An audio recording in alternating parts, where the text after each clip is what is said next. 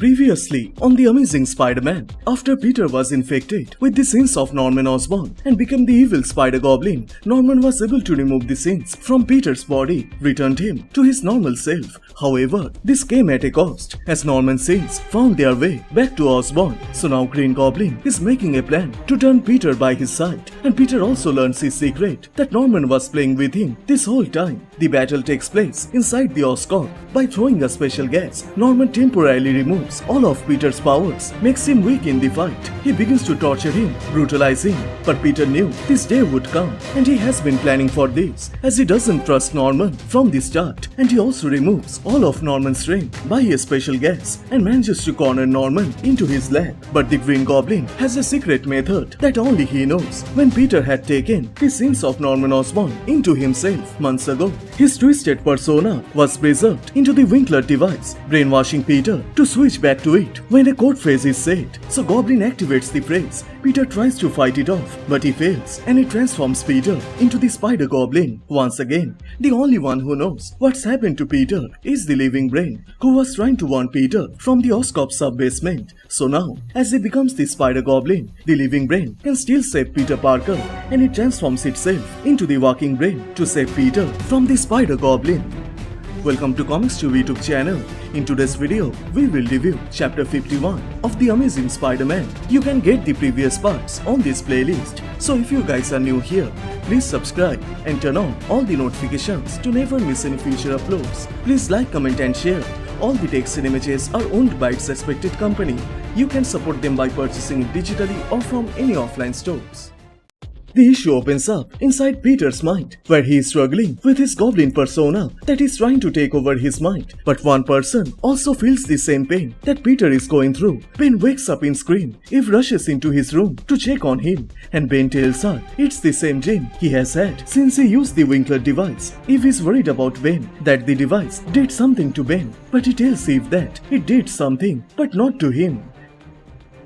The panel then jumps into the hideout of the Sinister Six. Otto is pissed at his team as they don't have much time. They have to destroy the living brain that enslaved all of them. They have to get their revenge. But Kraven is worried about something else. The sins of the Green Goblin have been returned, and Kraven fears they all are in danger. But none of his team members are worried about it, as whatever happened with Kraven and the spear is none of their business. But while they are talking and making a plan for their next move, the phone rings. The villains thought the number of their secret lair is unlisted. So how did the phone ring? Otto picks up the call, and on the other side is Norman Osborn in his goblin persona. Otto tells him they have planned to visit him and he won't enjoy it. But Norman knows all of their plans, and he tells Otto he doesn't have time to play with them. Otto has something important that Norman needs, so he has sent someone to deal with Otto and his little team. He is arriving soon to kill them all, and right at the time they hear the laugh. The villains think it's the Goblin, but Kraven knows it is something much worse, the Spider-Goblin. Otto can't believe what Norman did to Peter, and it is even worse when Otto took control of Peter's body. He tries to challenge the Spider-Goblin, but quickly Peter throws something from his web shooter into Otto's tentacles and destroys all of nanofluids inside the tentacles, and he wastes no time to take down Doc Ock, and he charges towards his next targets.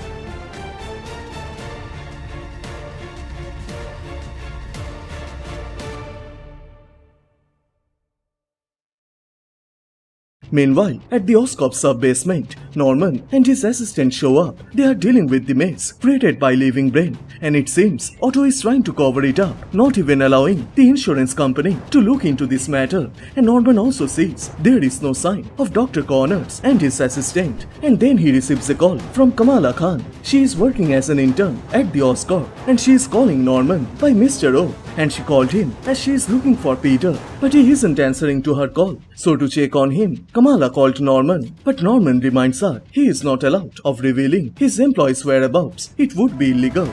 And he also asks her if he gave her the permission to call him Mr. O. So Kamala says yes. In the lab, he allowed her to use abbreviation, and Norman cuts the call. But Kamala realizes there is something wrong, as Norman doesn't let her call him by Mr. O, and she believes this isn't Norman Osborn.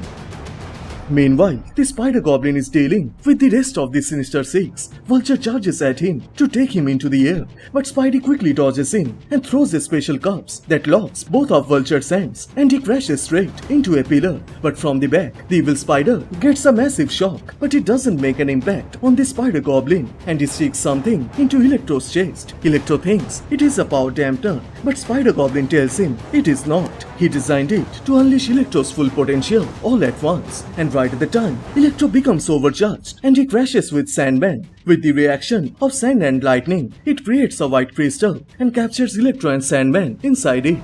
After dealing with them, as the Spider-Goblin turns around, he sees the Avengers are here. The heroes try to convince Peter that whatever happened here, it isn't him. He has to stop now. But Spider-Goblin quickly realizes what is going on. These aren't the Avengers, in fact an illusion created by Mysterio. So without wasting any time, Spider-Goblin charges towards him and bashes his globe with a metal pipe. Mysterio gets scared. He begs Spidey not to take his life, but before the Spider-Goblin can kill him, Kraven shows up to get his revenge for his previous humiliation. He tells Peter that he is sick with the sins of Osborn, and once again he will set him free, and he jumps on Peter with the mystical spear to end this fight.